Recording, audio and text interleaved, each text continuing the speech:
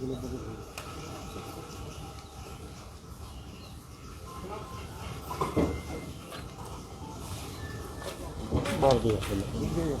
गया, थोड़ा सा ठीक है, रेडी। हाँ केशु जी बताइए। तेजस्वी जी, रघुवंश बोल दीजिए भैया का 13 पीछे कीजिए, व्यक्तिगत तौर पे आपके लिए भी अभिभावक के लिखे हुए। आदरणीय रघुवंश बाबू जी हम सब लोगों के अभिभावक रहें और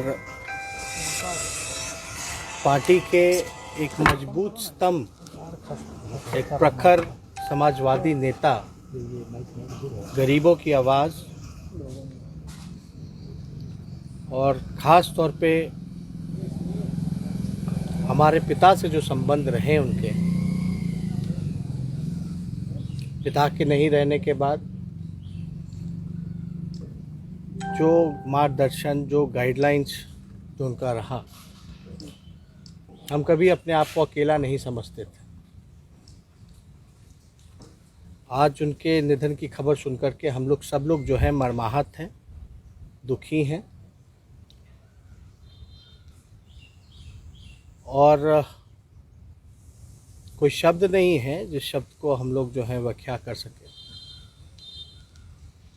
लेकिन लंबे समय से कोरोना पॉजिटिव होने के बाद तो निमोनिया की भी शिकायत थी। जब पटना के एम्स में जब भर्ती हुए तो हमारी बात हुई, डॉक्टरों से भी बात हुई थी। हम लोग सब लोग कामना करते थे कि जल्दी स्वस्थ होकर के, ठीक होकर के वापस आए। फिर आनंद फानन में जब दिल्ली गए,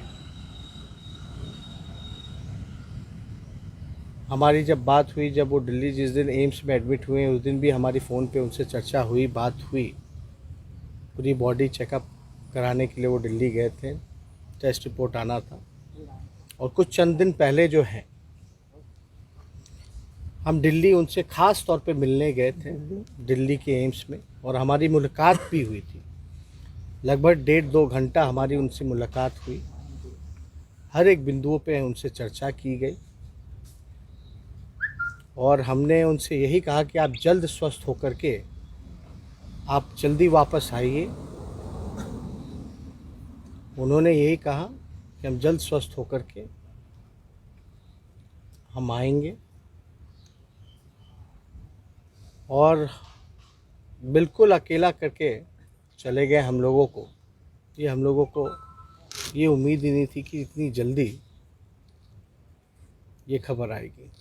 लेकिन हालांकि हमारी जो डॉक्टरों से जो बातचीत लगातार चलती रही उनसे, तो हमको जो डॉक्टरों ने वहाँ के बताया कि उनको लंग्स कैंसर की समस्या रही, ये बात पता थी। लेकिन जो है पब्लिक पे ये मैसेज ना जाए कि उनको लंग कैंसर है, क्योंकि इलाज जो है वो चल रहा था, इसलिए हम लोगों ने इसकी चर्चा कहीं नहीं की।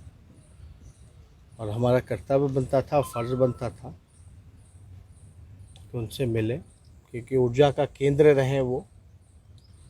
और कभी भी मतलब हमारा भी जो रिश्ता रहा, सामाजिक राजनीतिक चर्चाएं तो चलती ही रह करती थी, लेकिन एक पारिवारिक संबंध हम लोगों के बीच लगातार कायम रहा। इस मुश्किल घड़ी में जब हमारे पिता हमारे साथ शारीरिक रूप से नहीं रहे, रांची रिम्स में रहे, तो हमेशा ऊर्जा देने का काम, मनोबल को बढ़ाने का काम उन्होंने किया। मुझे याद है कि जब सरकार जब बदली, जब नीतीश कुमार जी ने इस्तीफ़ा देने का काम किया था, इस्तीफ़ा देने के बाद बीच में आप सब लोगों को पता है कि सीबीआई, ईडी, इनकम टैक्स का रेड जो पड़ा था, तो सबसे पहले आदरणीय रघुवंश बाबू ने आकर के हौसला बढ़ाया था। उस समय भी आदरणीय लालू जी रांची के कोर्ट के ट्रायल में वहाँ थे। तो कभी भी ऐसा नहीं लगा कि हम लोगों को अकेले हैं उनके रहते हुए। और हम लोग जब चर्चा चल रही थी एम्स में, तो ऐसा लग नहीं रहा था कि ये स्थिति आएगी। ये नौबत आएगी। बड़ा हौसला उस समय भी दिल्ली के एम्स में मेरा बुलंद किया, और उस समय भी कह रहे थे कि मैं आऊँगा और मिल कर के जो चुनौती और संघर्ष करेंगे। बाकायदा पूरा आशीर्वाद जो है उस समय हमको देने का काम किया था, और हम लोगों को भी लगता था कि रघुवंश जी जल्द ही अपनी बीमारियों से रिकवर कर करके अपनों के बीच आएंगे। आप लोग सब लोग जानते हैं कि उनका राजनीतिक अनुभव जो रहा है बड़ा लंबा रहा है। प्रखर एक समाजवादी नेता के रूप में रहा है, और हमेशा ज़मीनी स्तर पे वो रह करके काम करते थे, लोगों से जुड़े हुए थे, गरीबों से, किसानों से, मजदूरों से। एक संघर्ष करने की जो ऊर्जा उनमें रही है वो हम लोग कभी भी इनकार नहीं कर सकते। उनसे काफ़ी कुछ हमको सीखने को मिला, इसलिए बड़ी दुख की बात है। अभी हमारे उनकी पुत्र से भी बात हुई, जब ये खबर न्यूज़ चैनलों में चल रहा था कि रघुवंश बाबू नहीं रहे, तो यकीन नहीं हो रहा था हमको। उनके पुत्र सत्यप्रकाश जी से हमारी बात हुई है, और इस बात को लेकर के सब लोग जो हैं मर्माहत हैं।